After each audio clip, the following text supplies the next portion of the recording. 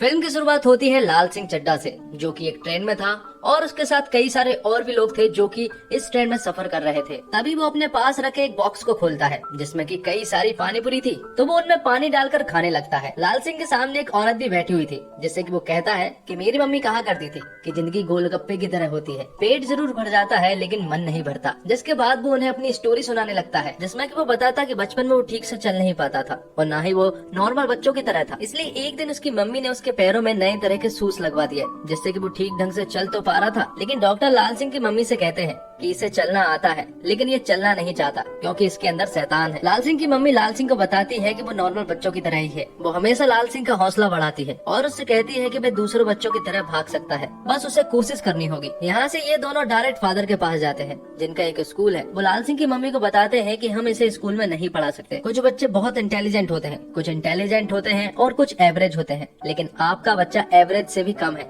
इसलिए हम इसे नहीं पढ़ा सकते। आप इसे किसी कम दिमाग वाले स्कूल में डालिए। तो लाल सिंह की माँ फादर को किसी तरह से कन्वेंस करने लगती है और आखिरकार फादर भी मान जाते हैं और फिर अगले ही दिन से लाल सिंह स्कूल भी जाने लगता है और पहले ही दिन उसकी मुलाकात होती है रूपा से। लाल सिंह कहता है कि उसने रूपा से खूबसूरत लड़की आज तक नहीं देखी। जिसके बाद वो दोनों साथ में ही रहने लगते हैं और उन्हें इस तरह देखकर लाल सिंह की मम्मी भी बहुत खुश होती है, क्योंकि लाल सिंह के कोई भी दोस्त नहीं थे और साथ में रहकर रूपा और लाल सिंह ने आपस में एक दूसरे से काफी सारी चीजें भी सीखी। लाल सिंह रूपा से शादी करना चाहता था, इसलिए लाल सिंह जब रूपा से शादी के लिए पूछता है तो रूपा कोई भी जवाब नहीं देती। अब आगे हमें बताया जाता कि लाल सिंह की मौसी दिल्ली में रहा करती है और अक्सर वो वहाँ पर घूमने जाया करते हैं। और जब इस बार वो घूमने गए थे तो वहाँ पर अचानक से कई सारे आतंकी हमले हो जाते हैं, जिससे कि उन्हें घर में ही रहना पड़ता है। और जब लाल सिंह अपनी मम्मी से पूछता है कि क्या हुआ, तो लाल सिंह की मम्मी उन्हें बताती कि बाहर मलेरिया फैला हुआ है, इसलिए वो बाहर नहीं जा सकते। यहाँ पर मलेरिया का मतलब आतंकी हमलों से था। जिसके बाद लाल सिंह बताता है कि जब वो लोग मौसी के घर फिर से गए थे तो वहाँ पर कई सारे लोग छत पर डांस कर रहे थे। उन्हें देखकर लाल सिंह भी डांस करने लगता है, जिसका अंदाज एकदम अलग था और उसे इस अंदाज में डांस करता हुआ देख एक लड़के को वो डांस पसंद आ जाता है और वो लड़का कोई और नहीं बल्कि शाहरुख खान था। जिसके बाद शाहरुख खान ने उससे डांस सीखा और इसी डांस के बदौलत शाहरुख खान एक बहुत बड़ा सुपरस्टार बना। अब लाल सिंह हमें बताता है कि जब वो लोग अपने घर वापस आ चुके थे और जब वो रूपा के साथ था तो अचानक से उसके गाँव के लोग उसे परेशान करने लगते हैं, तो रूपा उसे भागने को कहती है। तो लाल सिंह भी सब कुछ छोड़ छाड़ कर भागने लगता है, जिससे कि उसके पैर बिल्कुल ठीक हो जाते हैं और वो बहुत ही तेज रफ्तार में भागता है। अब उसके पैर कुछ यूं ठीक हो चुके थे कि अगर उसे कहीं पैदल भी जाना होता है तो वो दौड़ कर ही जाता है, क्योंकि उसे दौड़ने में मजा आने लगा था। एक दिन लाल सिंह जब स्कूल जा रहा होता है तो वो देखता है कि रूपा स्कूल नहीं आई है, इसलिए वो रूपा के पास जाता है तो वो देखता है कि रूपा के मम्मी पापा आपस में झगड़ रहे हैं और इसी झगड़े के कारण रूपा के पिता उसकी माँ को जान से मार देते हैं, जिससे कि उसके पिता को जेल हो जाती है। अब रूपा का कोई नहीं बचा था सिवाय नानी के। और यहाँ पर हमें पता चलता है कि लाल सिंह के घर पर जो औरत काम किया करती थी वो उसकी नानी थी, जिन्हें लाल सिंह फूफी बुलाया करता है। और ये बात सुनने के बाद लाल सिंह बहुत खुश हो जाता है, क्योंकि अब रूपा के साथ वो फिर से टाइम स्पेंड कर सकता था और उसके साथ रह सकता था। अब वक्त गुजरता है, दोनों का स्कूल कंप्लीट हो जाता है और फिर उन दोनों को शहर भेजा जाता है कॉलेज की पढ़ाई करने के लिए। यहाँ पर भी दोनों साथ में ही रहते हैं, लेकिन अचानक से फिर से लाल सिंह को कुछ लोग परेशान करने लगते हैं, जिन्हें देखकर रूपा लाल सिंह से कहती है कि भागो। और ये सुनते से ही लाल सिंह बहुत तेजी से भागता है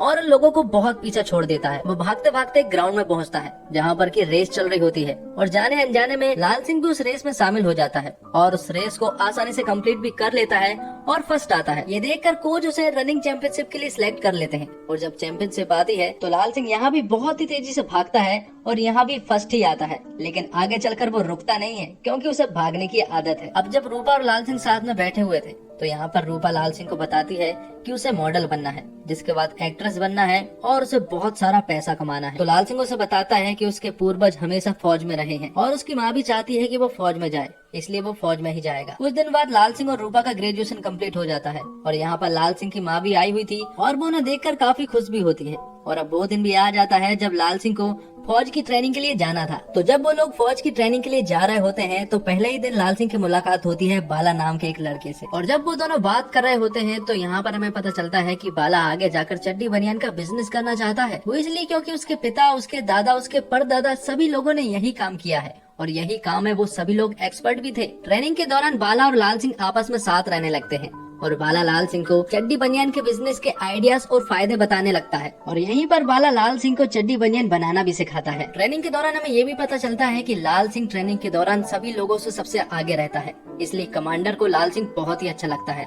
वो उसे जीनियस कहकर पुकारते हैं। गन को असेंबल करने में लोगों को जितना टाइम लगता है उसके आधे टाइम में लाल सिंह गन को असेंबल कर रख देता है, इसलिए कमांडर को लाल सिंह पसंद है क्योंकि वो जो भी काम करता है दिल से करता है। अब एक दिन लाल सिंह को अखबार में छपी खबर के द्वारा पता चलता है कि रूपा को अरेस्ट कर लिया गया है क्योंकि उसने कुछ गंदी पिक्चरें क्लिक करवाई थी, इसलिए उसके ऊपर कोर्ट केस भी चल रहा है। और ये देखकर लाल सिंह तुरंत ही वहाँ से छुट्टी लेता है और तुरंत ही रूपा के पास पहुँचता है। और जब लाल सिंह कोर्ट के बाहर पहुँचता है तो वहाँ पर कई सारे लोग मौजूद थे जो कि रूपा के खिलाफ नारे लगा रहे थे। उन्हें देखकर लाल सिंह को गुस्सा आ जाता है और वो उनसे झगड़ा करने लगता है। अब रात में लाल सिंह और रूपा जब साथ में बैठे हुए थे तो दोनों आपस में उनकी कुछ बातें बताते हैं। लाल सिंह उसे बताता है कि वो फौज में है और साथ ही वो रूपा से कहता है कि क्या वो उसके साथ शादी करेगी। तो यहाँ पर रूपा उससे कहती है कि क्या तुम्हें शादी का मतलब भी मालूम है। रूपा उससे कहती है कि हम दोनों एक दूसरे से बहुत अलग हैं। उसे कुछ बड़ा करना है, मशहूर बनना है और बहुत सारा पैसा कमाना है। तुम मुझे अच्छे लगते हो लेकिन हमारा कुछ नहीं हो सकता। आगे हम देखते हैं कि रूपा के एक्ट्रेस बनने के चक्कर में वो गलत कदम उठा लेती है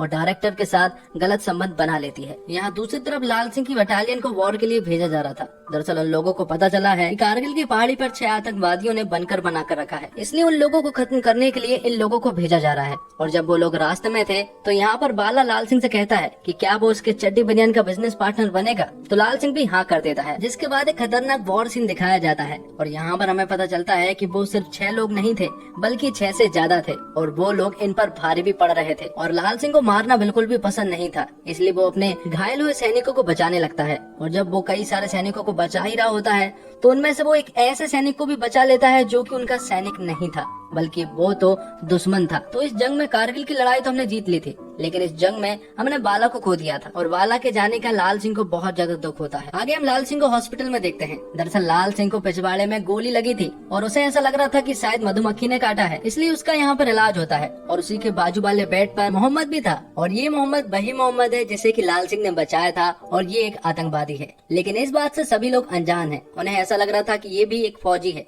इसलिए उसका इलाज कराया जा रहा है और इसने इस वॉर में अपनी दोनों टांगे भी खो दी है। आगे हम देखते हैं कि जनरल लाल सिंह से बात कर रहे होते हैं। जनरल लाल सिंह से कहते हैं कि उसने इस वॉर में 5 लोगों को बचाया था, इसलिए अब उसे वीरता पुरस्कार से सम्मानित किया जाएगा। और साथ में उसे ये भी बताया जाता है कि उसकी मेडिकल कंडीशन अब ठीक नहीं है, इसलिए आज के बाद उसे कभी भी वॉर में नहीं भेजा जाएगा, इसलिए अब उसे रनिंग का कोच बना दिया जाता है। कुछ दिनों बाद लाल सिंह को वीरता पुरस्कार के लिए सम्मानित किया जाता है और जब वो वापस लौट रहा था तो वो रास्ते में रूपा को देखता है जो कि एक कार में थी। उसे देखकर तुरंत ही लाल सिंह उसके पीछे पड़ जाता है। भागता भागता वो एक होटल के पास पहुंचता है जहां पर एक डायरेक्टर रूपा को थप्पड़ मार रहा होता है और ये देखकर लाल सिंह को गुस्सा आ जाता है और वो तुरंत उस डायरेक्टर के पास जाता है और उसे बहुत मारता है। अब उसी रात रूपा फिर से लाल सिंह से मिलती है और वो उसे बताती है कि वो दुबई जा रही है। लाल सिंह उससे मना करता है कि उसे दुबई नहीं जाना चाहिए बल्कि उसे तो घर जाना चाहिए, लेकिन रूपा उससे कहती है कि उसे जाना ही होगा और इतना बोलकर वो वहाँ से चली जाती है। आगे हम देखते हैं कि लाल सिंह जब विदेश से लौट रहा था तो तब उसकी मुलाकात होती है मोहम्मद पाजी से, जिन्हें देखकर वो बहुत खुश होता है और तुरंत ही उनके पास जाता है।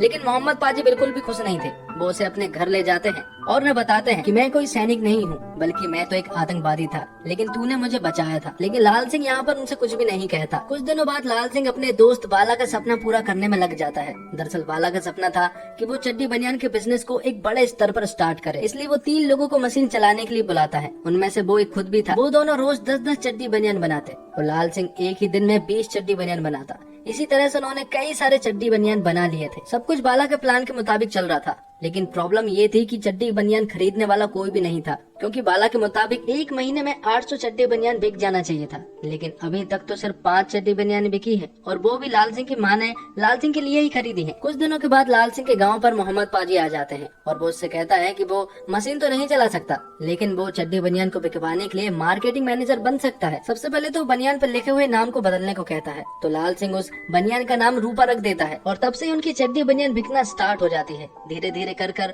वो एक बड़े स्तर पर पहुंच जाते हैं और एक बड़ी सी फैक्ट्री को बना लेते हैं। आगे चलकर यही कंपनी बनती है रूपा कॉर्पोरेशन। कुछ दिन बाद मोहम्मद पाजी लाल सिंह से कहते हैं कि जो शहर में मलेरिया फैलता है वो मलेरिया हम ही लोग फैलाते हैं, इसलिए वो चाहता है कि वो वापस जाए और उन लोगों को बताए कि ऐसा नहीं करना चाहिए। तो कुछ दिन बाद मोहम्मद पाजी वापस चले जाते हैं और उनके जाने के बाद लाल सिंह के पास एक कॉल आता है और उसे बताया जाता है कि उसकी मम्मी की तबीयत बहुत ज्यादा खराब है।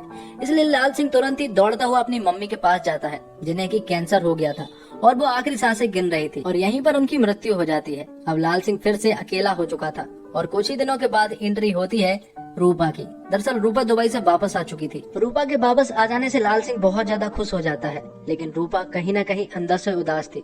उसे जरूर कुछ न कुछ तो हुआ था, लेकिन वो लाल सिंह को नहीं बता पा रही थी। और जब लाल सिंह सो रहा था तो अचानक से कुछ पुलिस वाले आकर रूपा को अरेस्ट कर अपने साथ ले जा लेते हैं। और जब अगले दिन लाल सिंह जागता है तो वो अपने पास रूपा को नहीं पाता है। उसे समझ में ही नहीं आ रहा था कि रूपा कहाँ चली गई है। उसे बहुत दुख होता है क्योंकि हर बार रूपा उसे बता के जाया करती थी, लेकिन पहली बार रूपा उसे बिना बताए ही चली गई थी। इन सभी चीजों के बाद लाल सिंह बेमतलब ही गांव की तरफ भागता है और गांव की तरफ जब वो भागता है तो वो सोचता है कि शहर तक भाग जाए और शहर से भागते भागते वो शहर से बाहर पहुंच जाता है और कई सारे शहर क्रॉस कर देता है। भागते भागते उसे एक ऐसी लत लग चुकी थी कि वो रुकना ही नहीं चाह रहा था। वहीं दूसरी तरफ हमें बताया जाता है कि रूपा के डायरेक्टर ने 5 लोगों का खून किया था और इसी के बारे में रूपा ने उन्हें बताया।